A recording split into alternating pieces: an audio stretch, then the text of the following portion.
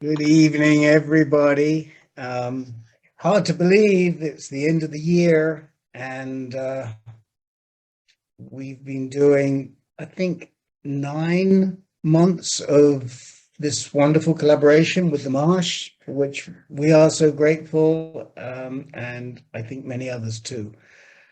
Um, I really have a very special guest an unusual and interesting guest to welcome tonight.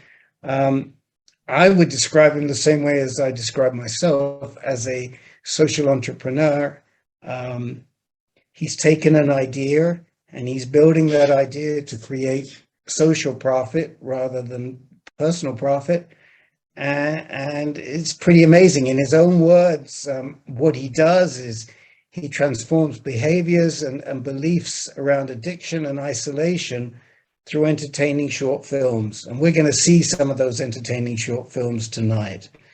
He's created a fantastic nonprofit formed 2 years ago called Of Substance, that addresses addiction and mental health. And its mission is to foster vulnerability, combat isolation, and create community by connecting people through the power of story. The power of story is something we hear time and time again in recent years in how we can bring peer experience to help other people. I'm talking about Alex Kaplan, and we welcome him tonight to Solo Arts Heal. Alex, hello. Hi, Rick. Hi, everybody. How's it going? We're going, and we're going to spend an hour talking about, I hope, about you and Of Substance and how the heck Of Substance came about. And I also want to touch on your really creative business model for Of Substance, which hopefully is going to make it a nationally known and recognized nonprofit, right? Yes, that exactly right. That's my man. Thank you. It's Thank you. funny. I work with a coach, and I'm sure you experience things like this too. Thanks for the shout out as a social entrepreneur. That was one of the coolest things. But one of the things I work with is just like keeping my eye on the prize. Where are we going? And letting go of how we're going to get there. And and the thing I'm playing with most in my mind recently is having uh, one of my mom's friends say, "Have you heard of this thing Of Substance?" And my mom being like, "Yeah, that's Alex." Like, "Oh, Alex works there?" No, no, no, that's Alex. Yeah, it's like Right. that's the eye on the prize. It's just like a random Yeah. person saying, "Have you seen this new thing? It's big." No, I mean, I totally get that. And of course, that's where I think as social entrepreneurs, a lot of us would like to be that we don't want people to recognize us, but we want them to recognize our projects. And when they do, we feel, we've arrived somewhere. Um, and the interesting thing between Of Substance and ANCAN is that we're both doing it with smoke and mirrors. People think we're much larger and bigger than we really are. And if somebody came in and lifted the green curtain, I wonder what they'd find behind. Not as much as they think, that's for sure. Would you agree with that? Oh, you're so right. People are just like, once I start talking about what we do and all we've done and what we're doing and where we're going and everything else, people are just like, okay, so how big is your team? I'm just like, it's just two of us. It's just two of Right, us. right. I get it. So we're going to watch some of these movies, but I need you to prep the audience for what they're going to see. And we'll be talking about Of Substance, and we'll be talking about addiction. But we've got a movie coming up in a couple of minutes what are they going to see? Why these movies? What is it, right? So just so everybody knows, just in case this isn't playing perfectly for you through here, you can go to ofsubstance.org right now, ofsubstance.org. And these films that we're going to be showing are on there, and you can watch them on there. And just in case they're not playing perfectly well through here, and you can join us afterward and play it there. But what we do is we're turning movies from our greatest tool for escapism and distraction and turning them into our most powerful tool for healing and growth.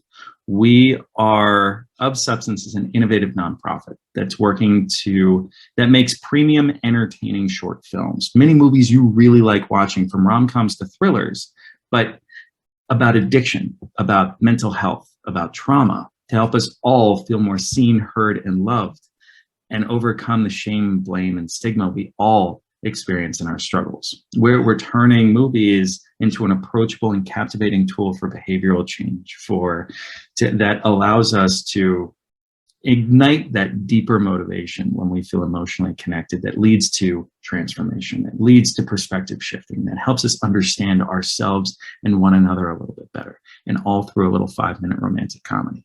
So we're building these tools to go into classrooms, into treatment centers, into hospitals, corporations, HR, you name it. And they are here to help you feel more seen, heard, and loved, and to also see, hear, and love the people you care about better. So why don't we just start with that, and we can take a look if you want. Yeah, no, I mean, we're going to move right into that movie. And what I want you to think about, Alex, is how you're going to tell the audience how you came into this. Because when this movie is over, we're going to talk a little bit about what brought you to this idea. And why don't we, Brianna, can we roll the first movie, please?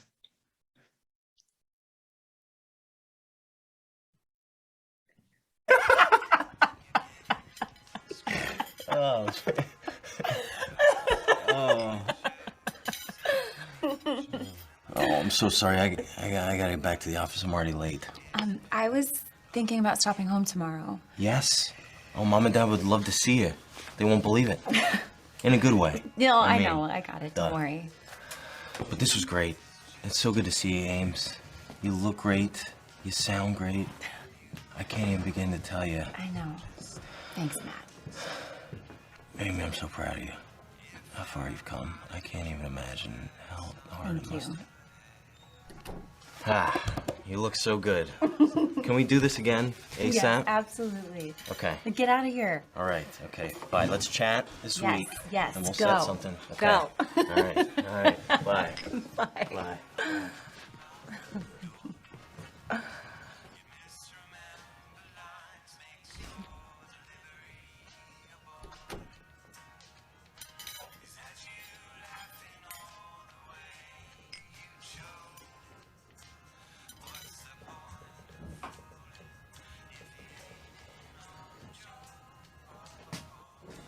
Can I take this? No, yeah, totally.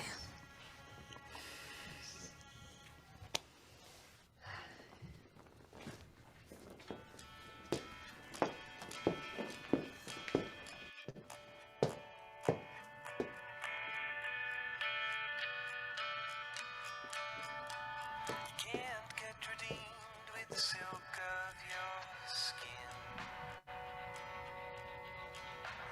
I won't be redeemed if I gave up on my sin. I find no redemption at the end of this pen, like the soft, slow redemption at the bottom of my gin. Spare the twisted if you spare the no one. Spare the wine. Spare the wicked. Spare the blind. Spare the blind.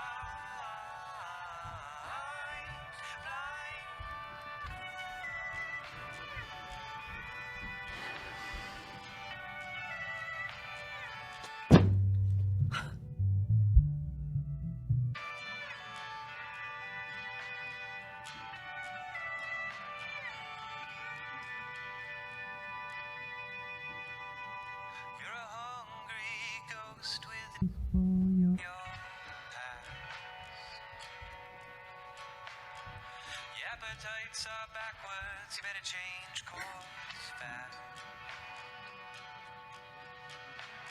A quick dry wash keeps a clean glass where a holy rolling ocean needs a solid sail.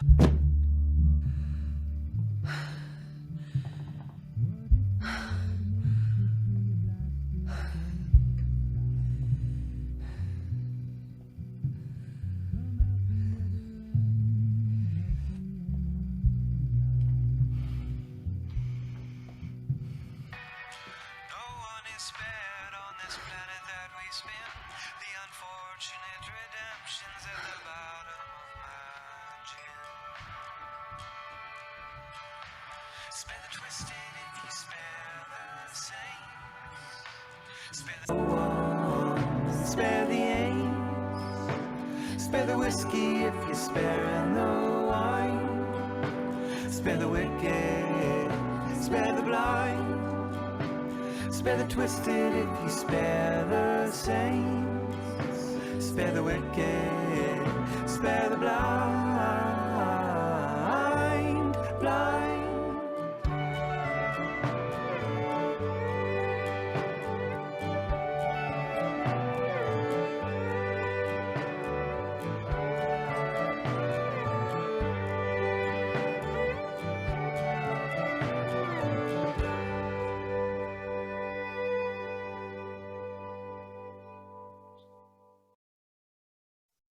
Hey, Good to talk now, right? This is fantastic. I mean, great message. Who came up with this and why and where from? Where do we start? this one was my brainchild. Okay.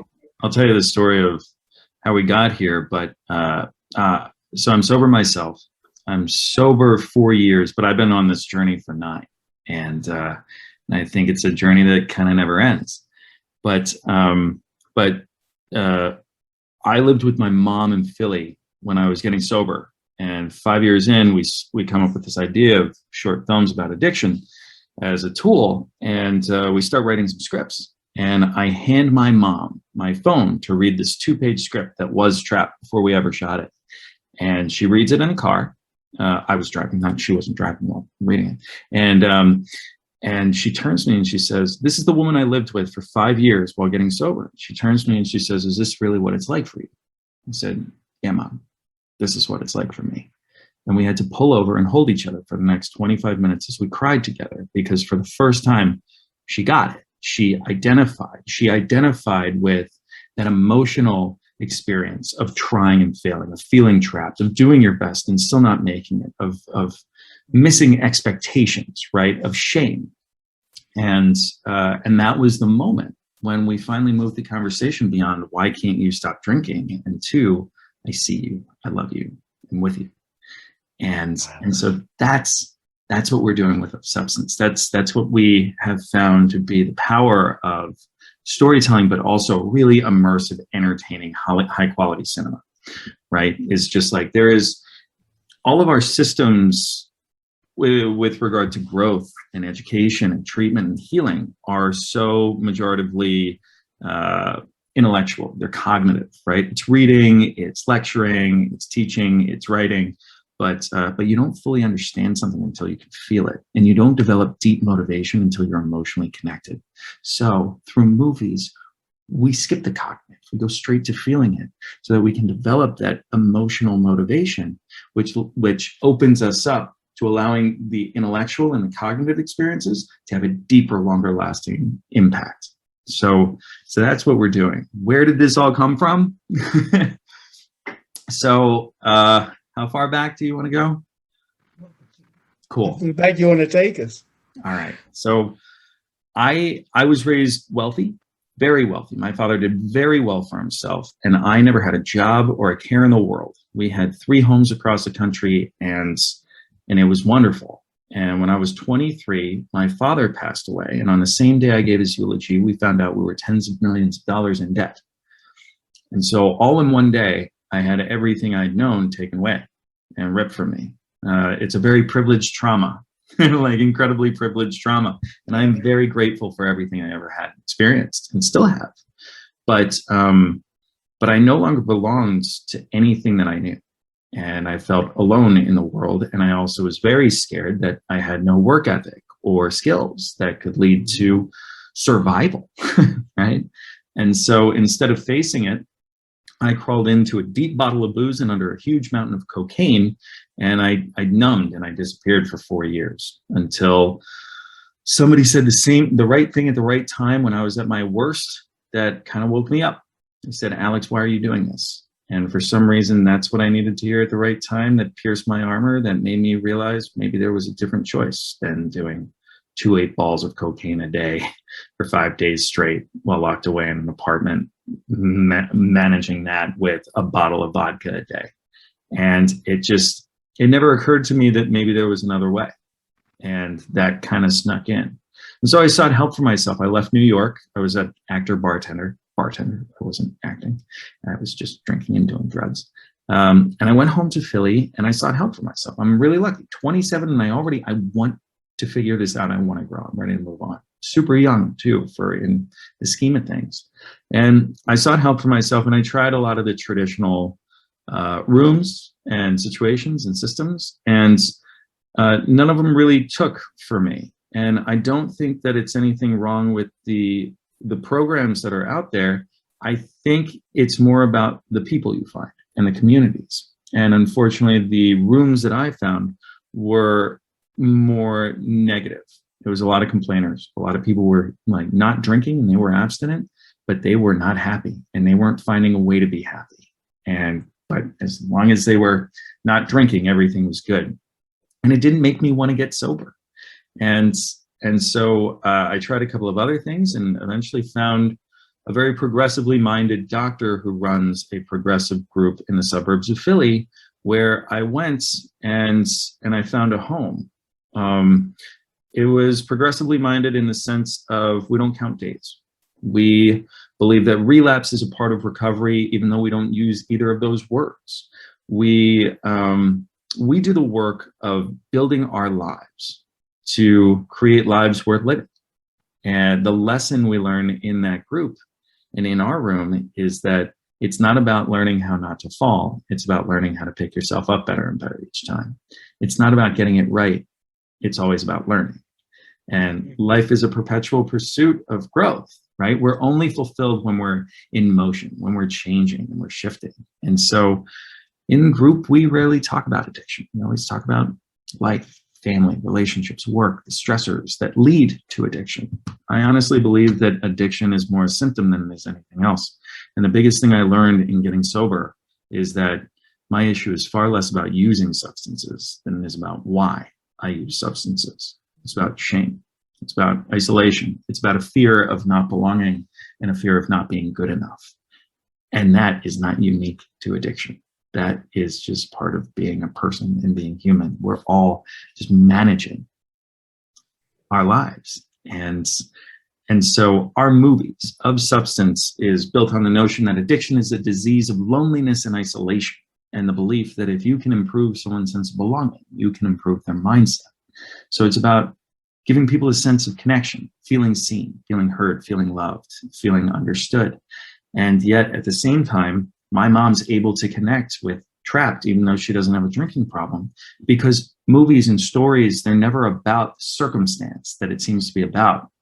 They're about the universally relatable experience of the human emotional experience and journey regarding shame and isolation, of connection, of adversity and obstacles and overcoming things and achieving and falling and getting back up. And so that's the magic we've come across with these. So I relate to your mom. Thank goodness I don't live with addiction. But I watched Trapped and it felt like somebody had punched me in the gut, and I've got to take a big, big breath in. And I think that's probably the response that you wanted from people. I should say, by the way, to the audience, please put any questions you have for Adam, for Alex around addiction, and of substance, his background, anything you like, stick them in the chat window, and they will come through to us, and we will ask them. Alex, you said something to me. You drew a distinction that has sort of I've been thinking about between sobriety and abstinence. Do you want to just talk about that a little bit? The difference between stopping drinking and sobriety? Sure. Yeah. Actually, this all changed about a week and a half ago. Until about a week and a half ago, for the past 8 years, I've always thought that like sobriety is this, I don't know, ethereal concept and notion, right? It's not just like, because what is sobriety, right? Is it abstinence? If it's abstinence, then it's abstinence. It's not sobriety. So who cares what sobriety is? The goal is not sobriety. The goal is to enjoy your life and build a life worth living and finding purpose and feeling fulfilled. And somebody said to me about 10 days ago, they're like, when I told them my story, they were just like, oh, you found the rooms that were where they were abstinent but not sober. Sobriety is finding peace and serenity. I'm like, whoa, yeah, that's beautiful. And what's so interesting about that is, aren't we all just trying to find that? Aren't we all looking for the same thing? Don't we all have the same goal of fulfillment, peace, and serenity? Like, aren't we all kind of looking for just a sober life in a way? And I think that that's magical. I think that's a wonderful vision for all of our lives and wonderful thing to strive for. Yeah.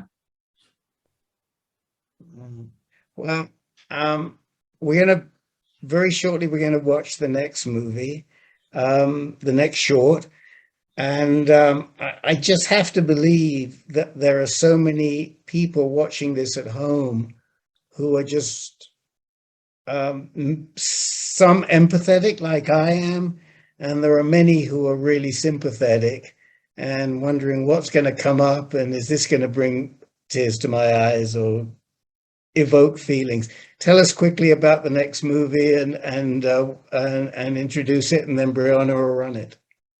Our work is about, in getting sober, the biggest thing that I recognize is that addiction for me was an issue of hiding and lying, right? And the more that I got honest with myself and everybody in my life, the more transparent I was about the things that I experienced, the more people related, the more people connected, the deeper connections I would make. And so we explore what it means to be vulnerable. We explore what it means to be courageous and strong. We explore the masks we wear. And that's what this next film is about what it means to really connect and how we get in our own ways of finding the connection that we're actually looking for. Thank you. Brianna, please, can we run First Date, right? First Date? Yes, First sir. Date.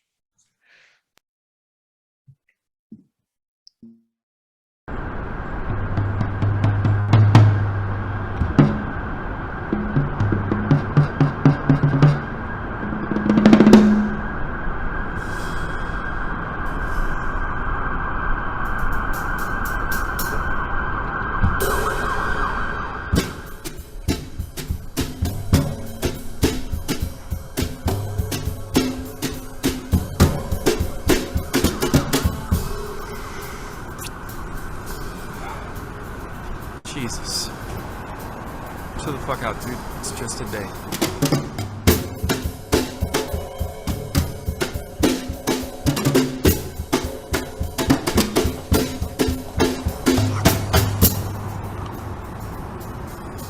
It's just a date. It's just a date. Come on, man. Pick up. Come on, Jerry. Pick up. Fuck.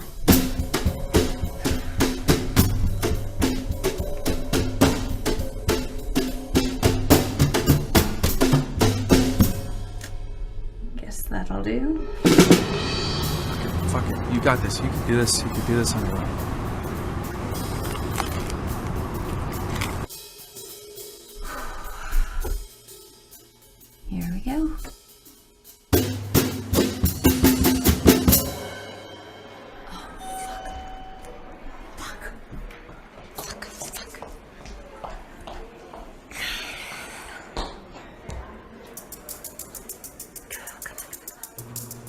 Hi. I know I'm calling super late, but I was wondering if by chance you have a table available around 7:30 or so? Yeah, I figured you'd be super busy. Jerry, where are you, man? A Look, little I later? really need to talk to you. I'm about to do this thing, Okay. and I really want well, waiting list. Yes, please.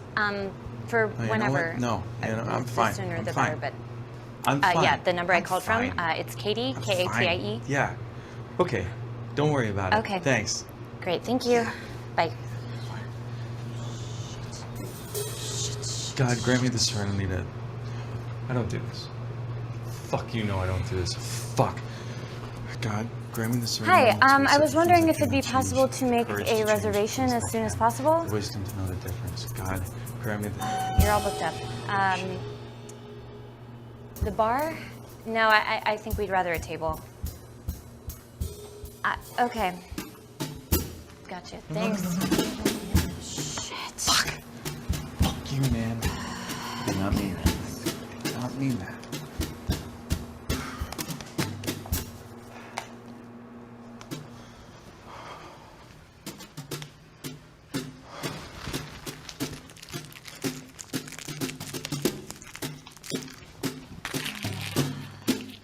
Greek, no. Thai. French. Expensive.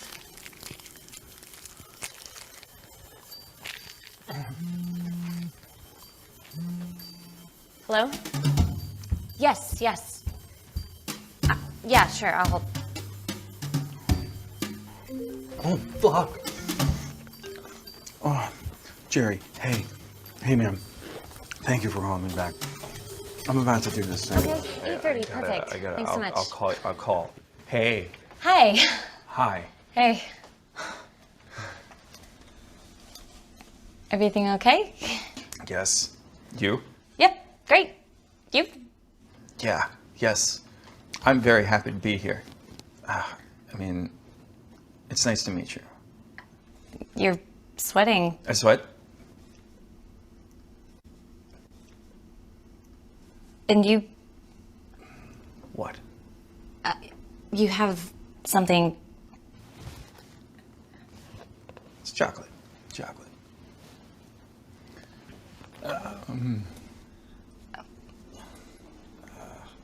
You want to use the bathroom? Yes, please. Okay. Oh, so the restaurant. Right, the restaurant. Oh, I'm so excited. I always wanted to go there. Right. So here's the thing. I kind of forgot to make reservations. Oh. Until just now. That is, it's still totally fine. It'll just be a little later, like an hour or so. That works. So we can just. Yeah. Yeah. Totally.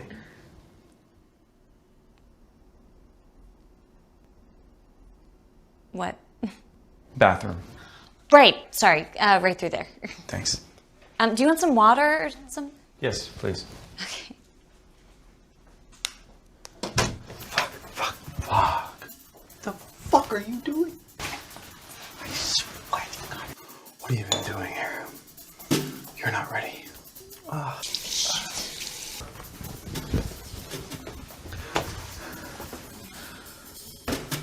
You and I are gonna have a talk soon, motherfucker. I can't do this. Fuck, I want to drink.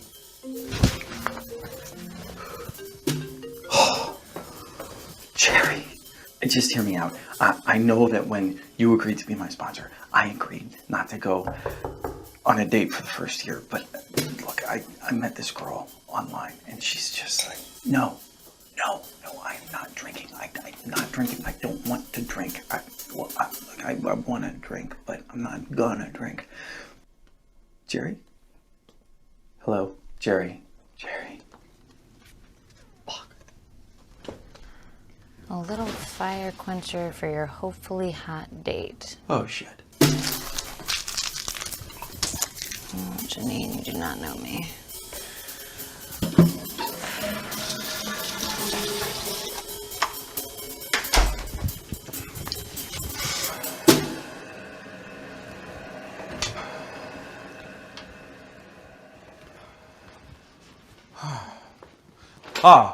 What? Wine. Wine. Love it. Love it. Yeah? Wine. Wine. Shit. I just realized I forgot my thing in the bathroom. Okay.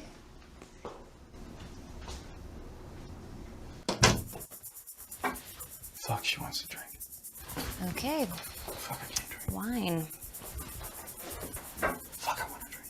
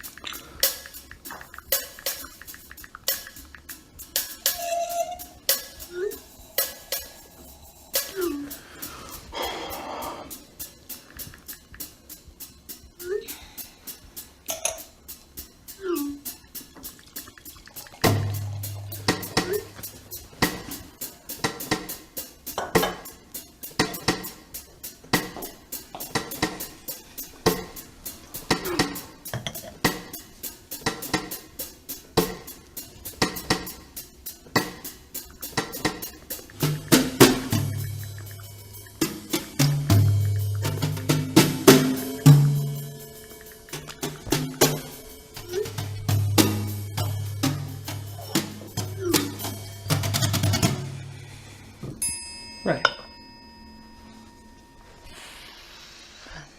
Thank you. Vino. Vino. A little vino. Would be Kino. I want some wine. What? You know Bachelor Party? Nobody knows that movie. Come on, I know every word from every Tom Hanks movie ever made. No way. Yes way. And speaking of Forrest Gump, you got a thing for chocolate, huh? Yeah, it's a nervous habit. I shove candy in my face when. You're nervous? Yes, very. I'm sorry. Oh, don't be. So was I. Am I. It's first date in quite a while. Me too. What? I'm glad we're doing this. Me too. I'm sorry if I was weird. No, don't be. It's fine. So you moved to Philly from LA. Why? Well, long story short, I just needed a clean slate and a new adventure. Yeah, I'm sorry. I thought I found my thing, but I did not find my thing. I gotta go find my thing. Okay.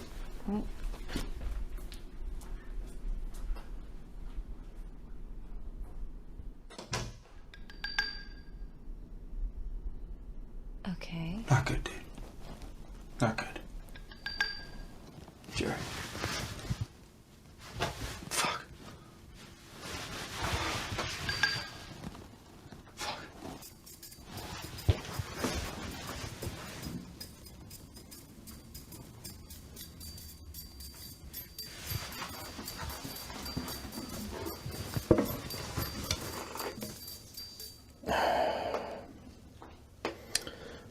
Dear. Jesus. This is bullshit. The urge to drink is supposed to go. I went to a meeting, I prayed, I ate a shit ton of candy, and I called my sponsor 3 fucking times. And guess what, fuckface? I still want to drink. It was right there, the wine was right there. It was in my fucking hand.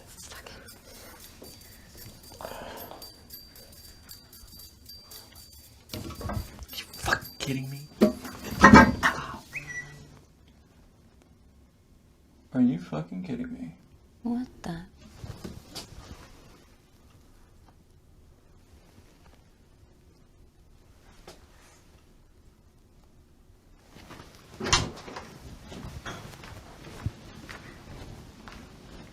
Are you? Sober? Yeah. How long? 63 days. 84. Jesus. Jesus.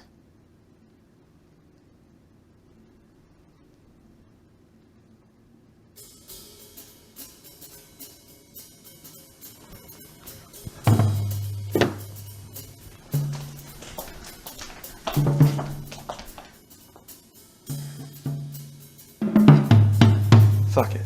Fuck it.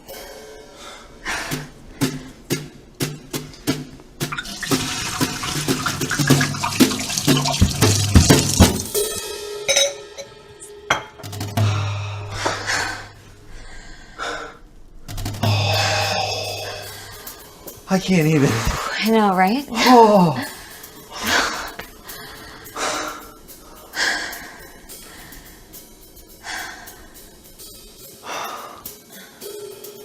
What? I'm so fucking hungry. Yeah. Okay.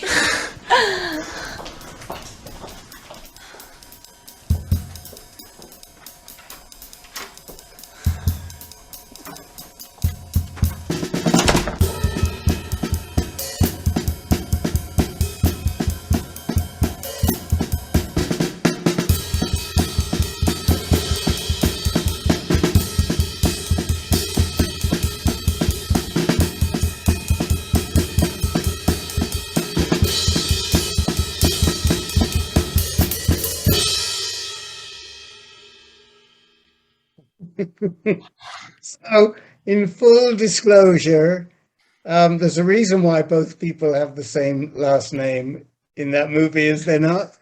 There is. That's my wife, Katie. And I have a question. When you met Katie, at what point in your life were you at? And were you drinking? Were you snorting? Where were you? My Katie and I have been together for 14 years with a couple breaks in between. Katie knew my dad. We got together 2 years before, a year and a half before losing my dad. So she knew, we met in college. We were both actors in college in a conservatory program in Miami. And so she knew me before everything went down. And she was there for me after losing my dad. And she was there for me while I was spiraling out of control until I got to a point when I needed to finish going through what I was going through, and we took a break so I could do that without bringing her down with me. And we didn't know what was in store for us, but I got really lucky, really lucky. Came back together. She's the one that finally got me to realize I want to be sober. It was October 28th, 2017. It was 6 weeks after our wedding. And I had been done with cocaine for 2 years. And I'd been testing my relationship with alcohol for 2 years and falling off the wagon with regularity. But I'd admit it and I'd be honest with her every time. I figured honesty made everything okay. And on October 28th, 2017, I told her about the last time that I fell. She was like, I love you and thank you for being honest with me. But I need you to know that every time this happens, I'm starting to expect it. And each time it happens, there's a chasm that is growing between us. And eventually it's going to get to a point that's unmendable. And it was in that moment that I realized I can drink and I can drug anytime I want. I could drink right now, but I can never drink and drug again without consequence. And I had already lost so much and worked so hard to get it all back and gain things that I never had. And I realized how much more valuable all the things I had in my life were than a night being drunk or the inebriation or the taste. Ugh, it makes me sick to think about the taste, to be honest. It tastes like loss. It tastes like stupid. I watched that movie and I think that in a certain sense, this time of year is going to bring that incredible anxiety to many people with addiction issues. Because you show up at Christmas parties and there's temptation right there. What do you say? What words of comfort can you give to people who find themselves in that situation at this time of year? You're doing great. I think that's the biggest thing that we work on is we have this negative echo chamber inside our heads. It's just winning all the time. I'm messing things up. I'm not good enough. I'm letting everybody down. And so what we try to do with film is we try to immerse you in a movie for just a moment so that you can quiet that sound and that negative echo chamber inside your head, and you can feel some ease, so you can realize, okay, I'm not alone. I'm not crazy, and others get it. And with that sense of belonging and that sense of felt understanding, you can also recognize that I'm doing great. We don't give ourselves enough credit, and we deserve all the credit in the world. And your job is not to do things perfectly. There is no perfect. Your job is just to keep doing your best. And that's something that we work on. We have a different perspective about recovery, growth, and addiction. We don't think that success is black and white. You know, it's not I'm drinking or I'm not drinking. You know, Trapped seems like this story about failure, about falling, right? I actually see it as a story of success and achievement and progress, because I'm sure that that girl, Amy, the character Amy in that film, Right. was trying really hard not to drink, was doing her best. And I think she learned a lot and she's grown a lot. And maybe she fell that day, but that doesn't mean she's not doing better than she was the day before, and the week before, and the month before. It's this journey that is just not linear. And so if you're having a hard time this holiday season with family, give yourself some credit. Give yourself a break. We never give ourselves a break, and we're so mean to ourselves. This is a really tricky time of year because we spend time with family, and family can be triggering. Family is the only heterogeneous relationship that we are forced into. Homogeneous being like finding similarities, heterogeneous being relationships with whom we have no similarities, and we're just forced to have relationships. And so it's a trying time and it's a trying situation. And so, but that's okay. You're doing wonderfully. And when you feel like they're being hard on you, or if you feel like you're being patronized, take a step back and realize that they're probably just worrying about themselves. They're trying to make sure that they're not messing everything up. And they're trying to help you with tough love. And they're trying to be a good person, a good mom or sister or like son. And that's tricky. And the best gift that you can give yourself is forgiveness and patience, so that you can let go. And just remind yourself that you're always doing great. So you mentioned that you read the first script to your ma. This was, I think, at a point in time before you were completely sober, right? Am I right? Or had you given everything up at that point in time? I think I'd given everything up at that point in time. When you started writing the script, were you still either drinking or using? No, I don't think so. Once I realized what we were doing, I was just like, the only way this is going to happen is if I'm committed.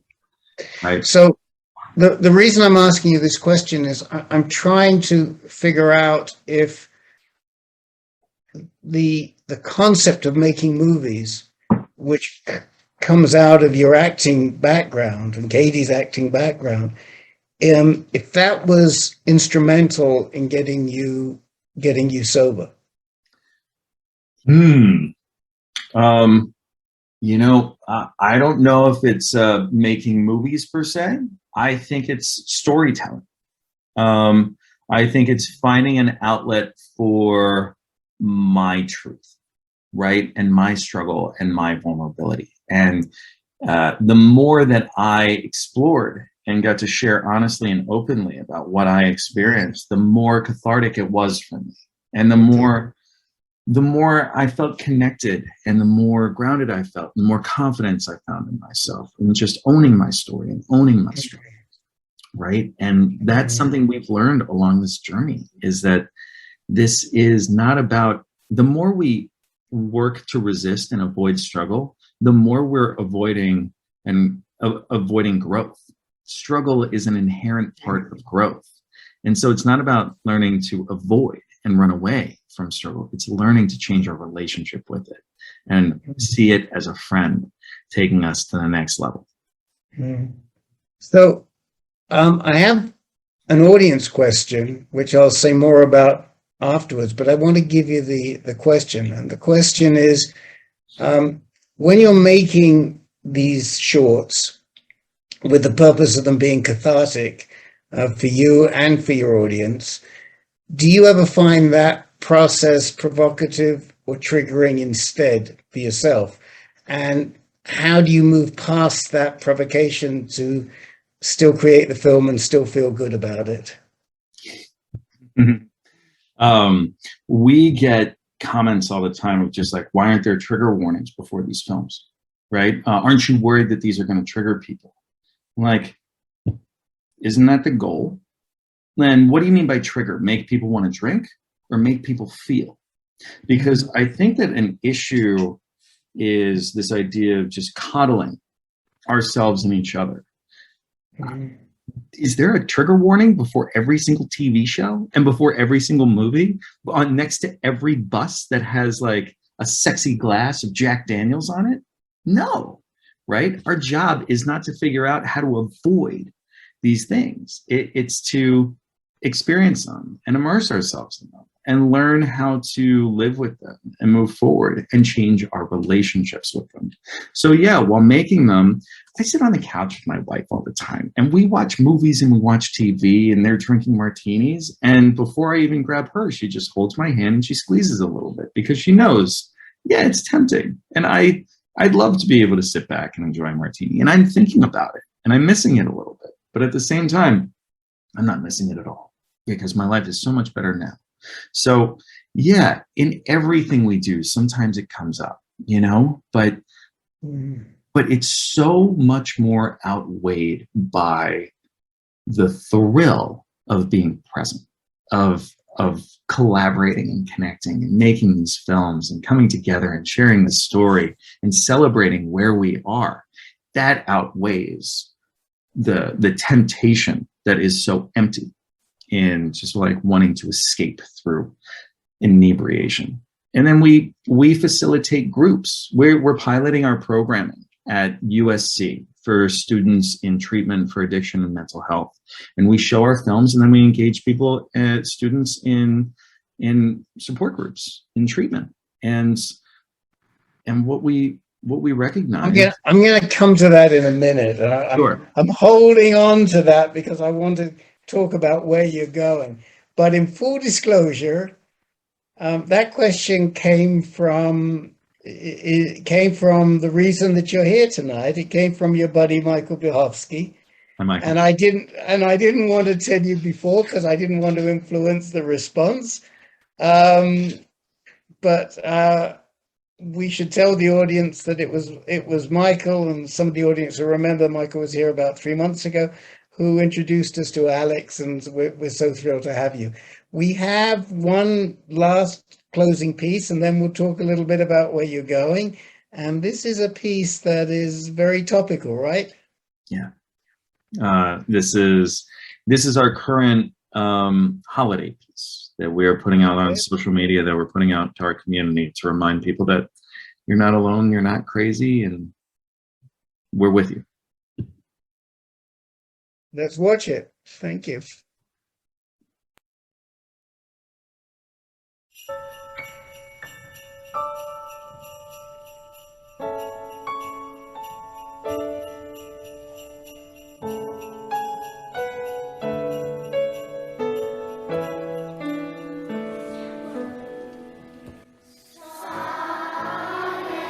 Just feel so alone. Every time I'm at my mom, she still asks me if I want to drink. You are aware that you're an alcoholic, right? Ah, What? wine. Wine.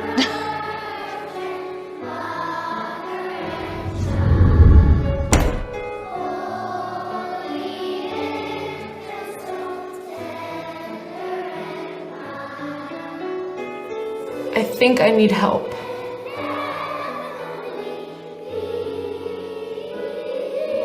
You are a good man. I had to learn how not to drink.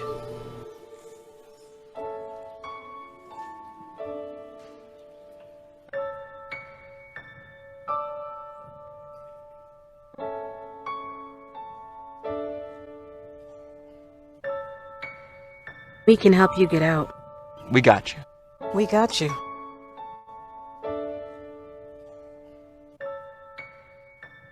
I'm glad we're doing this. Me too. Yeah.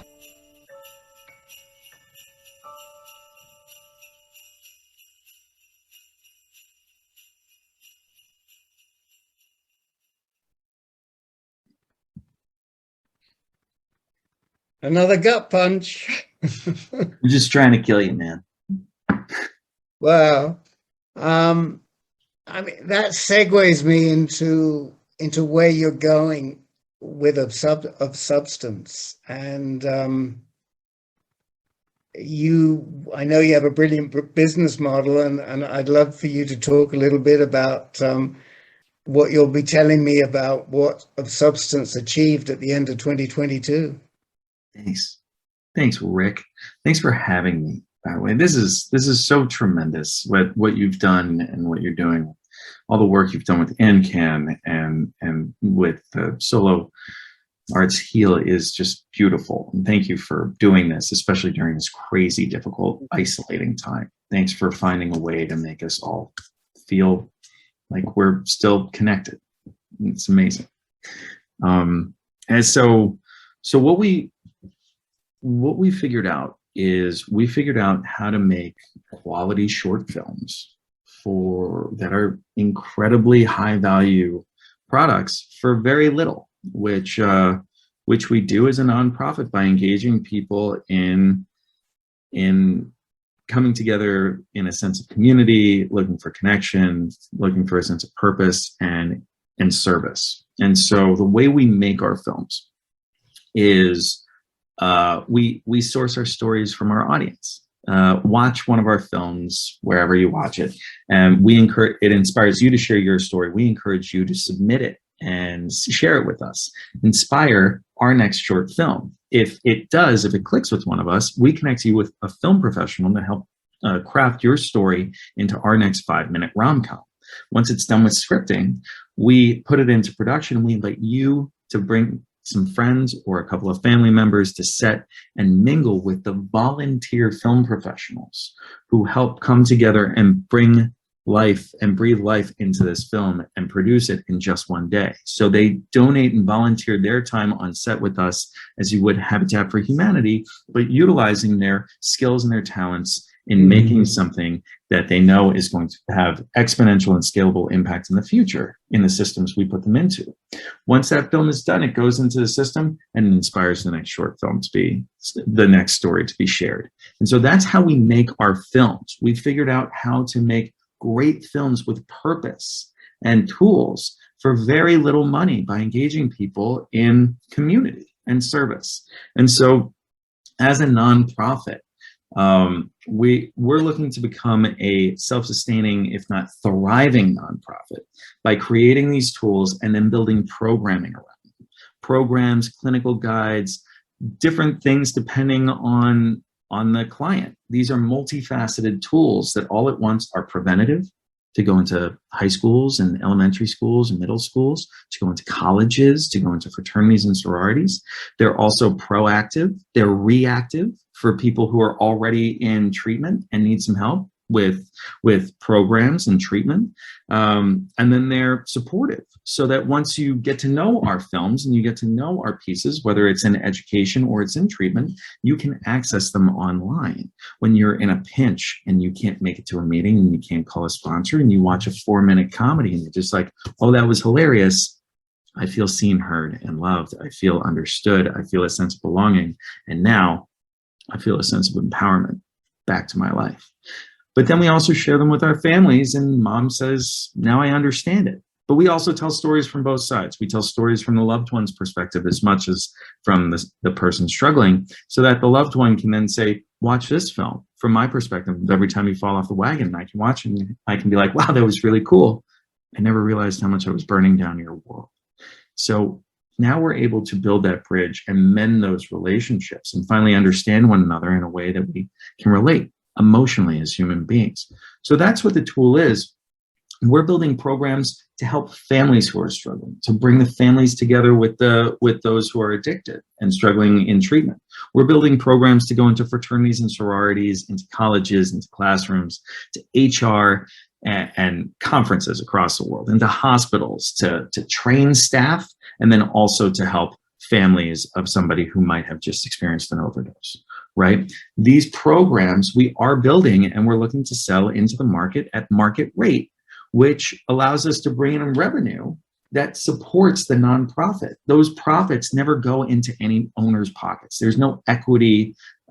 There's no equity ownership, so there's no profit. And all of that money that we're able to bring in from our programming goes toward making more films, telling more stories, and growing and growing and growing.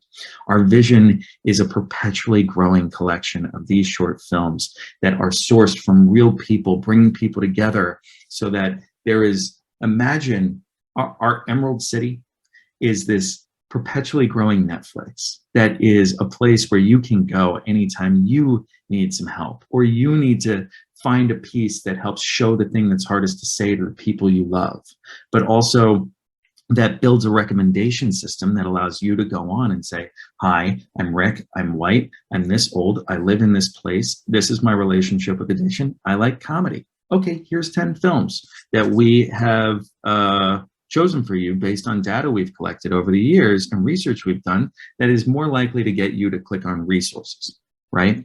We are building, the vision is huge. And the biggest potential of all this is that none of what we do is about addiction. All of what we do is about shame and the human emotional journey. So why wouldn't this work for everything that looks to community for support? Everything we feel shame around. Our vision is once we prove the efficacy of this tool with addiction and build a market for these films, we want to open up to everything that makes us feel isolated, from being in the closet about our gender and sexuality, to bipolar disorder, to getting your first period, to being Black, to being Jewish, to being Hindu, to being anything, right? To the division of people who believe we should be vaxxed or we shouldn't, is not about anything more than me holding on to my fears and relating to one another in a way that says, this is why I'm afraid. Oh, I'm afraid too, and this is why. No, I love it. I love it, and it reminds me that, you know, ANCAN's vision when we started with support groups was to create support groups for every single condition. Every single condition. Right. It's not bad. And you know, both of us will find ourselves in the Emerald City, and hopefully at the point that we find ourselves in the Emerald City and we lift the green curtain, there will be something behind it. You know, there'll be some. It won't just be smoke and mirrors. But when you lift it up, listen, I'd love to keep talking to you, and I have a whole list more of questions. And but the hour's up. Please, everybody, if you want to know more about Of Substance, go to ofsubstance.org. And we're all nonprofits here. Of Substance is a nonprofit. ANCAN is a nonprofit. But what we really would ask you to do is to really pay some respect at this time of year to our host, The Marsh, and remember their tip jar, because they too are a nonprofit. And we appreciate them so much for what they've done for us. We'll be back next month. We're not quite sure with whom yet, but we'll have somebody for sure. It'll be somebody really interesting. And Brianna, over to you to close us out.